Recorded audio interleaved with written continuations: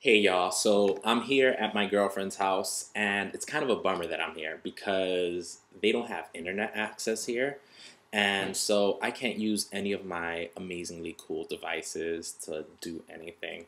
So my stupid iPhone 3G doesn't take any video. My Nokia N95 can't connect to the net, so I can't stream anything. And my digital camera, I don't have the cable for, so there will be no way that I can connect and send this video out in time. So I'm stuck with a little MacBook Pro webcam, which is probably like the least quality thing that I have, but whatever. My thoughts about this project, the final project, was that I wanted to make it absolutely random because if there's anything that has encompassed the class, it's kind of randomness. You know, we've been all over the place. We've changed direction in the class so many times. And I remember at the very beginning of the semester, a bunch of people were like, crying because we didn't have a syllabus and it wasn't what they were used to. And I made a comment once saying that, like when you get out into the real world, there are no syllabuses. You just take whatever comes your way and you have to work with that. And that's kind of how I feel, or what I feel we've done in class. And so I wanted to portray that a little bit in my project. So what I have is that I've popped up on my girlfriend's laptop a little random word generator. And as I talk about hip hop, I want to just like generate random words for me to use, and just tie it back to hip hop. Because if there's one thing that we've actually studied is how many different aspects of life encompass hip hop. And so let's get started. I just want to be random and bring everything back to the center, which I feel is what we've done in class for the most part.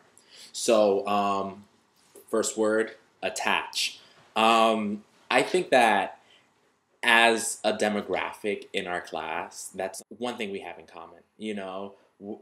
To varying degrees, we're all kind of attached to hip hop. It's something that we either grew up doing. It's something that we're either surrounded by. I mean, welcome to New York City. It is like the hip hop capital of the world. Like this is where it all started. This is where it's probably, if it ever dies off, this is going to be the last place where it lives. So as long as we're here, as long as we come from the roots that we come from, we will always have an attachment to hip hop. And so my next word is lisp. All right. Immediately when I think of lisp, I think of when certain Spanish people, like the Spanish people from Spain, speak Spanish, they speak with a lisp. You can bring that back to hip hop in the different dialects. When you go down to the South, hip hop music has a completely different feel. The way they pronounce words, 100% different. They don't be scared, you're right there, all those things. They vary from place to place, whether we go to gangster rap out in the West Coast, whether it's like, Nas, Jay-Z style rap out in Brooklyn and Queens, whatever. There's always going to be a different dialect, and it's always going to bring us diversity in hip hop. And that's one of the things that makes hip hop so um, cross-platform, cross-cultural, and we can do it all over the world.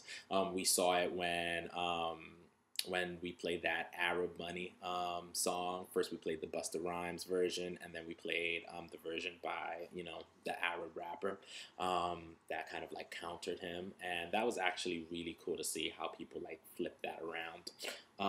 Next word, I'm only going to do 5 of these, right? So we'll see where it takes me. Next word is blocking. Immediately, come hip hop, I think cock blocking. All right. What I can say about that is, I mean, hip hop is full of people that want to do their thing, but it is also full of people that, that get their fame or get their stardom by tearing other people down. I think of hip hop battles, little cock blocking, you like diss somebody in order to get your own respect. I think of so many battles, whether it's like the Jay-Z Nas battle, where Ether was dropped and then Jay dropped his retaliation retaliation. There was the whole the newcomer versus the veteran, and Cannabis versus LL Cool J, and that was really cool too. But blocking, huge part of hip hop. All right, next word is surrounding.